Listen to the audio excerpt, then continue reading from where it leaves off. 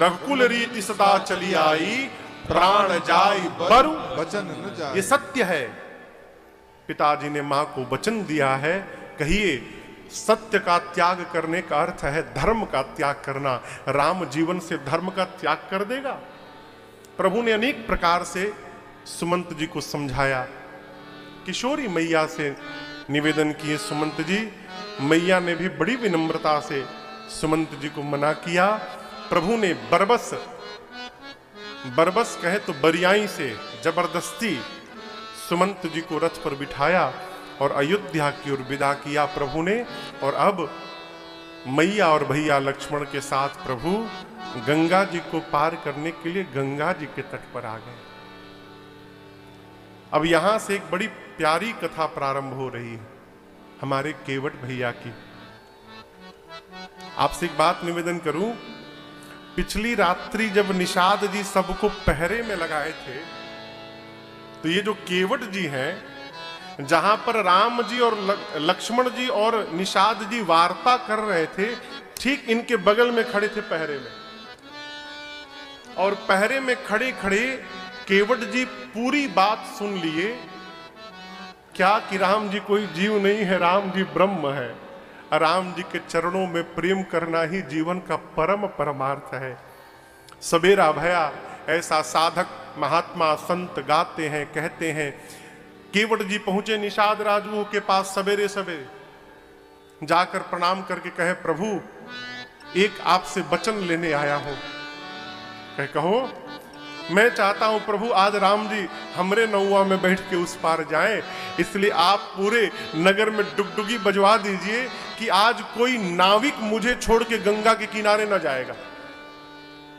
निषाद जी बोले, ये कौन सी बड़ी बात, अभी बजवाता हूं। सवेरे सवेरे पूरे श्रृंगवेर में डुगडुगी बज गई। कोई नहीं जाएगा नाविक गंगा तट पर केवट जी को छोड़ के। केवट जी आनंद में है और दर्शन करिए, नाव को किनारे से खोलकर बीच नदी में लेके खड़े हो गए। क्यों? सोचने लगे यदि किनारे रखूंगा और कहीं राम जी आके चढ़ ही जाएं और चढ़ के बोले ले चलो, फिर क्या करूंगा। बहुत से दूर रखो। दूर ले जाकर बीच नदी में खड़े किए हैं। मन में सोच रहे हैं लक्ष्मण जी की बात सत्य हो जाएगी ना। यदि वो साधारण मनुष्य होंगे तब तो मुझे अपना पांव छुलाने नहीं देंगे, और यदि भगवान होंगे ना तो भगवान भेदभाव नहीं करते हैं, अवश्य मुझे पांव स्पर्श करने का अवसर मिलेगा। अभी ये बात ही कर रहे थे मन में, तब तक भगवान गंगा जी के किनारे पहुंचे। और आज आप दर्शन करिए, जीवन में आज पहली बार रघुनाथ जी किसी से कुछ मांग रहे हैं। पूरे संसार को देने वाला आज मांग रहा है हो। प्रभु ने ए जी मांगी नाव वारे वारे पार हरि सहरी सकल सुख वारे वारे केवट की जाति कछु वेदना पढ़ाई हो। केवट की जाति कछु वेदना पढ़ाई हो। सब परिवार मेरो याही लागी राजा जूम हो। सब परिवार मेरो याही लागी राजा जूम हो। दीन वित्तहीन कैसे दूसरी गढ़ाई हो। दीन वित्तहीन कैसे दूसरी गढ़ाई हो। गौतम के घरनी जो तरनी तरगी मोरी। गौतम के घरनी जो तरनी तरगी मोरे। प्रभु सो निषाद होई के बा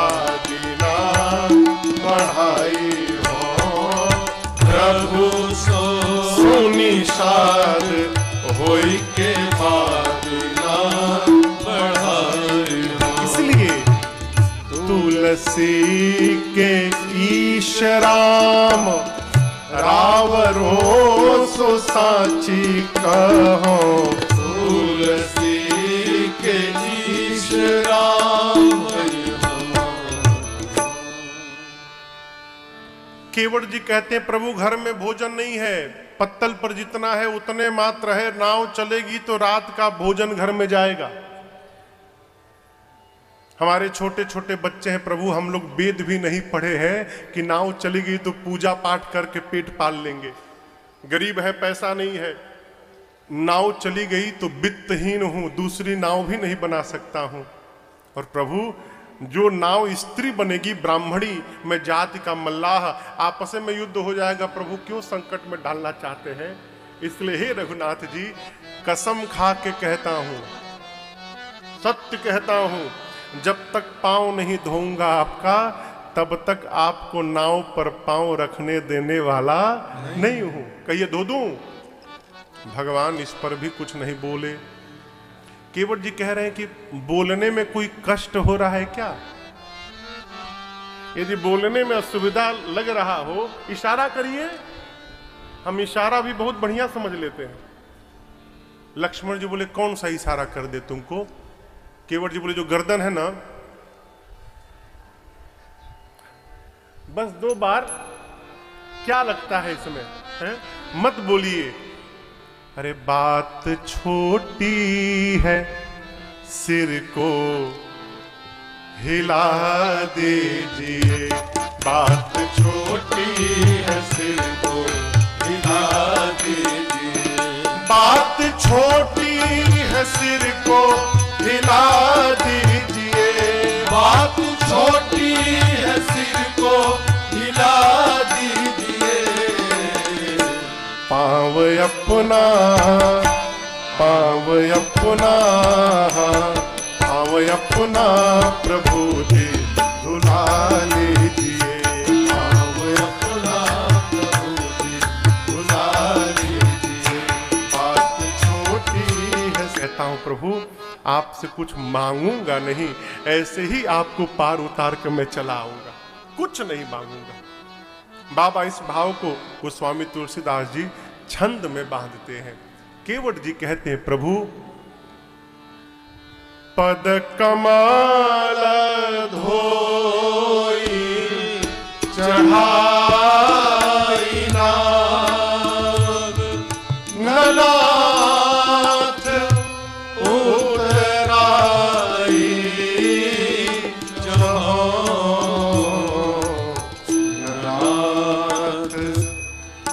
उतराई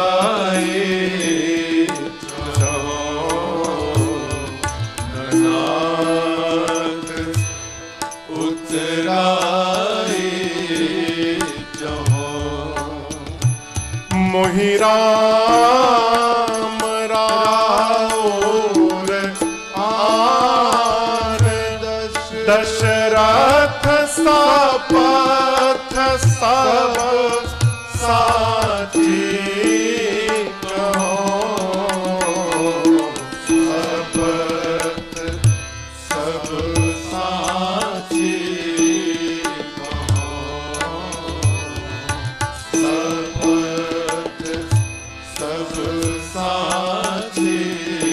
केवट जी कहते हैं प्रभु मैं आपके पांव को पखारूंगा, नाव पर बिठाऊंगा, गंगा के उस पार पहुंचाऊंगा और सौगंध लेकर कहता हूं रघुनाथ जी कुछ मांगूंगा नहीं, मैं ऐसे ही उतार के चलाऊंगा। आपको विश्वास नहीं हो रहा है? हे रघुनाथ जी आपकी सौगंध, आपके पूज्य पिताजी की सौगंध लेकर कहता हूं कुछ नहीं मांगूंगा प्रभु, ऐसे ही उतार दूंगा। केवट जी ने रघुनाथ जी और महाराज की सौगंध उठाई, लक्ष्मण जी की भुजाएं फड़की, काया क्रोध निकाल लिए, बाण मार दूंगा इसको। इसकी इसने हिम्मत, इसने पिताजी की सौगंध ले ली। केवट जी देखे धनुष बाण, कहे क्या अद्भुत दृश्य है। बड़ा भाई मांग रहा है और छोटा भाई बाण दिखा रहा है। मार दीजिएगा रघुनाथ जी, ठीक से समझिएगा। मरना स्वीकार है मुझे, लक्ष्मण जी को बताइए, लेकिन जब तक पांव नहीं धोऊंगा मैं आपको नाव पर पांव रखने नहीं दूंगा मैं। बरुती रमारहु लखन पे, जब लगी न पाय पखारी हो। बरुती रमारहु लखन पे, जब लगी न पाय पखारी हो। तब लगी न तुलसी दासनाथ, कृपाल पार उतारि हो।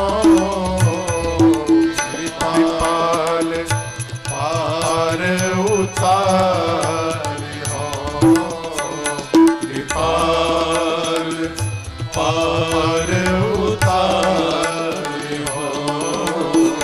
कृपाल पार उतारि हो। केवट जी कहे प्रभु मरना स्वीकार है, परंतु बिना पांव धोए नाव पर पांव रखने नहीं दूंगा मैं। लक्ष्मण जी मारने के लिए निकाले हैं, मारिए तुरंत मारिए, मैं तैयार हूं, मार दीजिए। आप मार देंगे तो मेरा उद्धार हो जाएगा। लक्ष्मण जी बोले हर बात में तुम्हारा उद्धार होता है, मरने में कौन सा उद्धार होगा।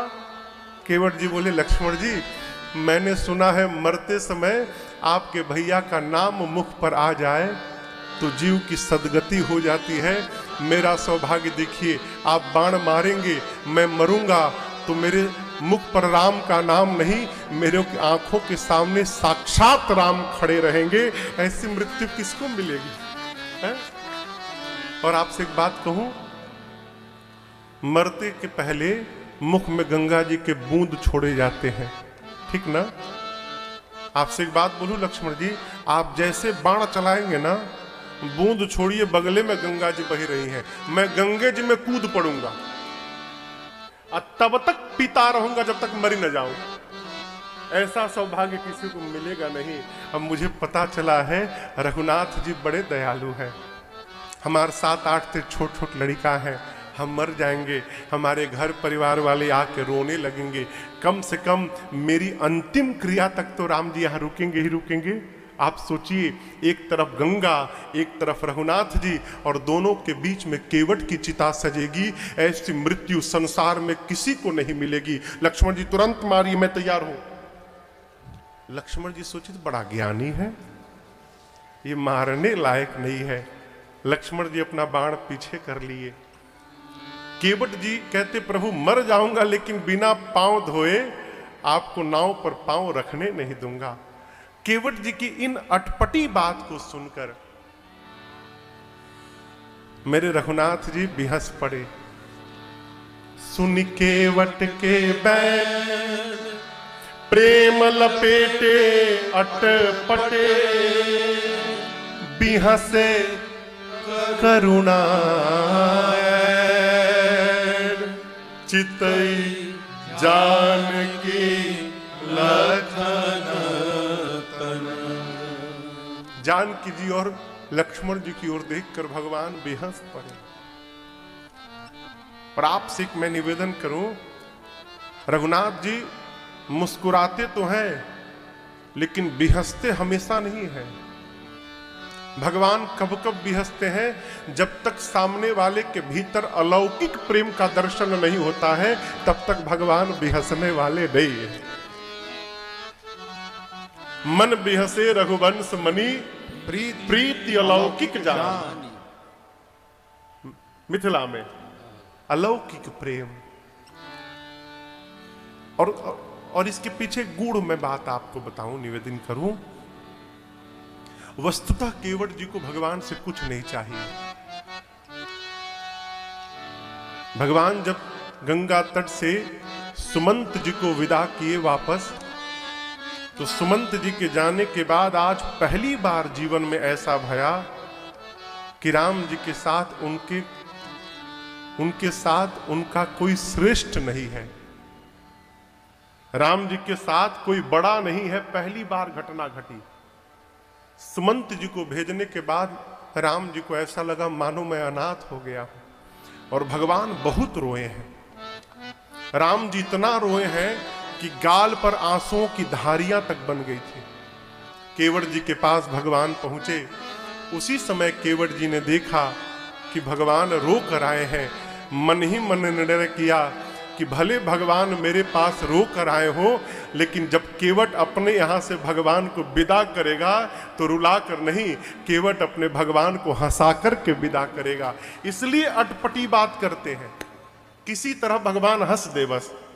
भगवान हंसे नहीं, बिहसे, और बिहस के करुणा के सिंधु कृपा के सागर मेरे रघुनाथ जी ने केवट पर कृपा कर दी। कृपा सिंधु बोले मुस्काए, कृपा सिंधु बोले मुस्काए, सोई करु जे तव नाम न जाए,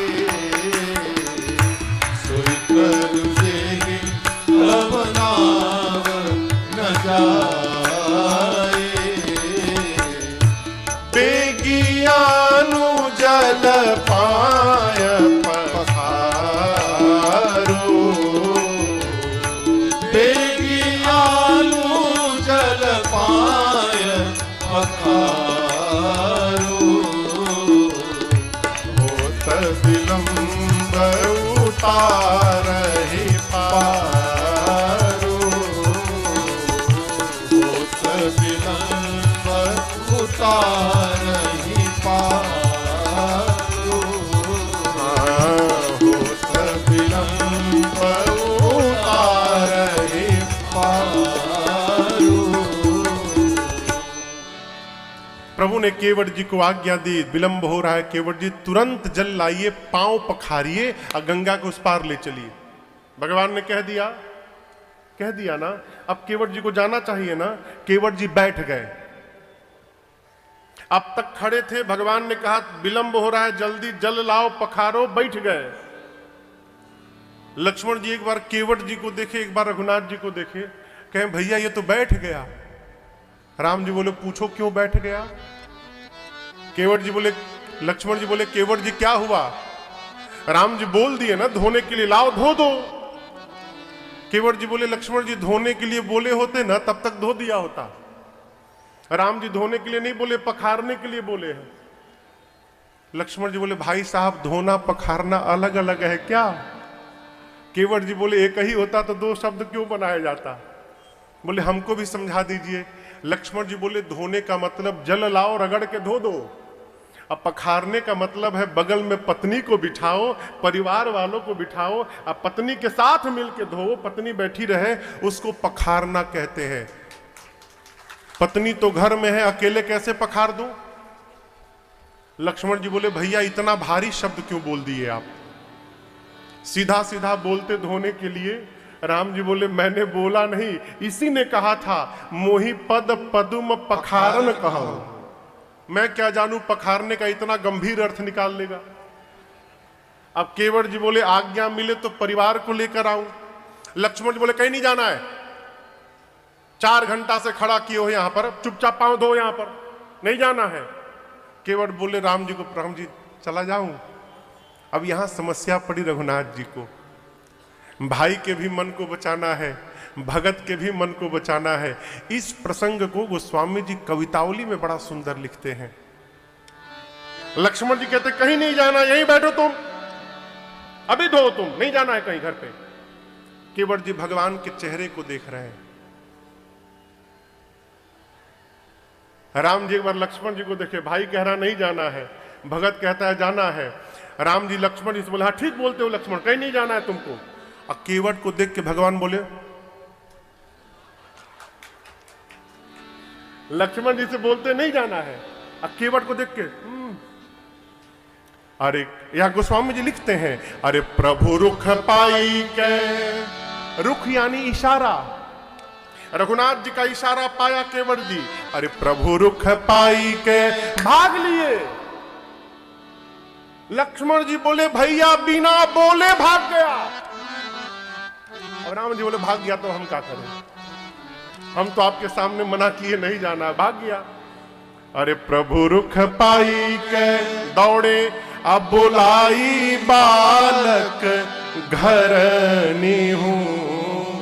गए केवट जी अपने बच्चों को बुलाएं, पत्नी को बुलाएं, सबको एकत्रित किए, समझाने लगे नदी के किनारे जाओ, दो पुरुष हैं, एक सांवले है, गोरा है, गोरके के पास मत जाना, बहुत डेंजर है वो। जो सांवले वाले बहुत अच्छे हैं, उनके पास जाना। अब प्रणाम करके बंदी के चरण, अचाहूं देसी बैठे घेरी घेरी। केवट जी पढ़ा रहे हैं कि प्रणाम करना और प्रणाम करके चारों ओर से घेर कर बैठ जाना। पत्नी ने पूछा ये घेराबंदी क्यों करना है जी? केवट जी बोले 4 घंटा से खड़ा किया हूं, 3 घंटा भी और करूंगा, इसलिए जो घेरे रहेंगे नहीं पाएंगे। केवट जी का परिवार आया, भगवान को चारों ओर से प्रणाम करके बैठ गया। लक्ष्मण जी बोले भैया घेराबंदी शुरू हो गया। केवट जी के बच्चों से बोले कहां गए तुम्हारे बाबूजी? बोले हमको नहीं पता, हमको भेज दिए, अभी आ रहे होंगे। केवट पहुंचे, अरे छोटो सो कठौता भरी आनी पानी गंगा जू को। जानबूझ के केवट जी छोटा कठौता उठाए हैं। बड़ा ले चलूंगा तो एक ही में दोनों पांव आ जाएंगे, छोटा ले चलो कि एक बार में केवल एक ही पांव धुले। छोटा कठौता लेके गंगा जल आए, कहे प्रभु छोटे आदमी के पास छोटा ही तो रहेगा, हम कहां से बड़ा लाए, दाहिना पांव रखिए। भगवान दाहिना पांव रखे, केवट जी धोए, ए जी धोई पाय पियत पुनीत बारी फेरी फेरी। दाहिना पांव धोए, पी गए। कहे प्रभु बायां बाकी है अभी, रुकिए फिर से जल लाता हूं। फिर से जल लाए। लक्ष्मण जी बोले जानबूझकर छोटा लाया है ये, 2 बार जाना पड़े। फिर जल लाए, बायां पांव धोए। अब धोने के बाद हाथ जोड़ लिए। राम जी बोले क्या हुआ? केवट जी बोले प्रभु भूल हो गई, देखिए ना दायां पांव धोया, आप फिर से नीचे रख दिए, फिर धूल लग गया। राम जी बोले ऐसे तो जितनी बार धोगे उतनी बार लगेगा। बोले नहीं प्रभु अब नहीं लगेगा, मैं अपना गमछा बिछा देता हूं ना, आप बायां पांव इस पे रख दीजिए और दाहिने पांव को एक बार और धुलवा लीजिए प्रभु। भगवान बोले ठीक है जाओ। तीसरी बार गए, जल लाए, प्रभु का दाहिना पांव दोबारा धोए, पी गए, 3 बार अपने पी गए।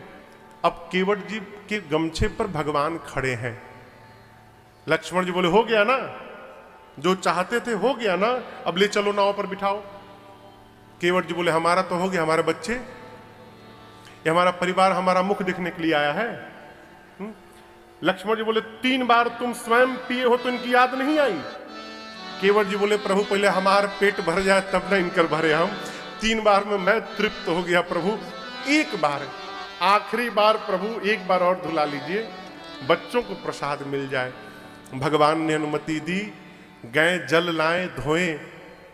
और आप उस दृश्य के बारे में सोचिए, रघुनाथ जी खड़े हैं और भगवान के सामने केवट जी अपने हाथ से अपने बच्चों के मुख में चरणामृत डाल रहे हैं और सबके जीवन को कृतार्थ कर रहे हैं। पूरे परिवार को पिलाया केवट भैया ने, सब पी लिए। तो लक्ष्मण जी बोले हो गया ना, पूरा परिवार पी लिया? हाँ प्रभु सब पी लिए, अब ले चलो। गांव वाले आप तो उतर के उस पार चले जाओगे, लौट के हमको इसी गांव में आना है, गांव वाले छोड़ेंगे? आज कोई कुछ नहीं बोल रहा है, लेकिन आपके जाने के बाद प्रभु झंझट में हम पड़ जाएंगे। इसके बाद तो कोई बचा ही नहीं, अब इसके बाद कौन बचा? एक बार प्रभु और गांव वालों को थोड़ा प्रसाद मिल जाए। लक्ष्मण जी तो आवेश में आते जा रहे हैं। राम जी ने कहा चलो इसके बाद कोई नहीं ना, बचा ही कौन? अब कौन बचा? एक बार और। भगवान बोले लाओ। केवट जी जल लाए, धोए। अब सोचिए गांव में 200 मनई होंगे कि 500 मनई होंगे, सबको केवट जी चरणामृत बांट रहे। 2 घंटा समय लगा। और जितना टाइम बीते उतने लक्ष्मण जी आवेश में आते जाए। केवट जी चरणामृत बांट कर आए, लक्ष्मण जी पूरे आवेश में, अब लेके चलो उस पार। अब केवट जी सोचे अब बोलूंगा तो मार डालेंगे। केवट जी गए, राम जी के पास जाके राम जी से बोले, प्रभु एक बार और धोऊंगा मैं। लक्ष्मण जी बोले, अब कौन बचा, अब किसके लिए धोओगे? राम जी बोले, भैया बहुत विलंब हो गया है, कब से हम खड़े हैं। केवट जी बोले, भैया प्रभु क्षमा करिए, आपसे पहले बहुत सारे लोग पार होने के लिए खड़े हैं, पहले उनको पार करूंगा मैं। राम जी बोले, केवट जी दिखाई तो कोई नहीं दे रहा है। केवट जी बोले, यही तो बात है प्रभु, यदि आप देख ही लिए होते तो वो कब के पार हो गए होते, आपकी दृष्टि नहीं पड़ी इसलिए तो सब फंसे हुए हैं। भगवान बोले, मैं समझा नहीं। केवट जी बोले, प्रभु इस केवट ने आज तक अपने पितरों को कभी जल नहीं दिया है। जो स्वाद मेरी जिह्वा को मिला है, मैं वही स्वाद अपने पितरों को देना चाहता हूं। एक बार यदि पांव धुला लेंगे ना, उसी जल से मैं पितृ भगवान के चरणों से लिपट गए।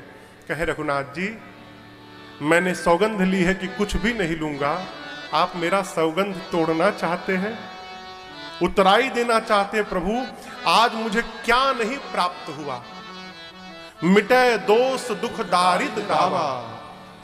आपके जिन चरणों को देखने के लिए मुनि जीवन भर यत्न करते हैं, उन्हीं चरणों को स्पर्श करने का सौभाग्य आपने प्रदान कर दिया। प्रभु इससे अधिक जीवन में किसी को क्या चाहिए। आपके चरणामृत को पीने का अवसर मिला, आपने मुझे अपना कह दिया। प्रभु मुझे लगता है मेरे जन्म जन्म की कमाई ब्रह्मा जी ने एक बार में ही मुझे प्रदान कर दिया।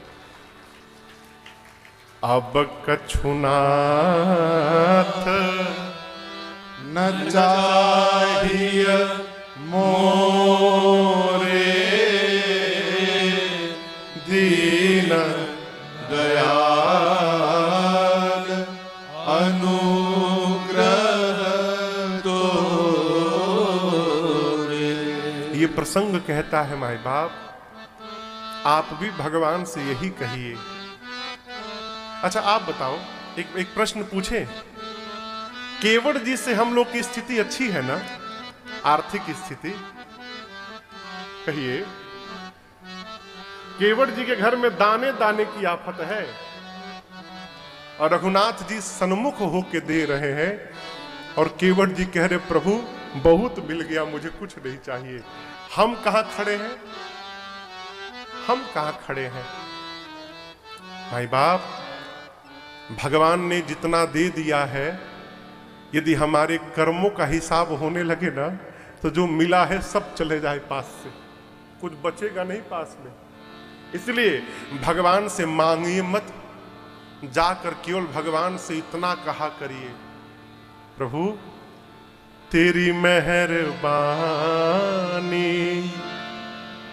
का है बोझ इतना, जिसे मैं उठाने के काबिल नहीं हूँ।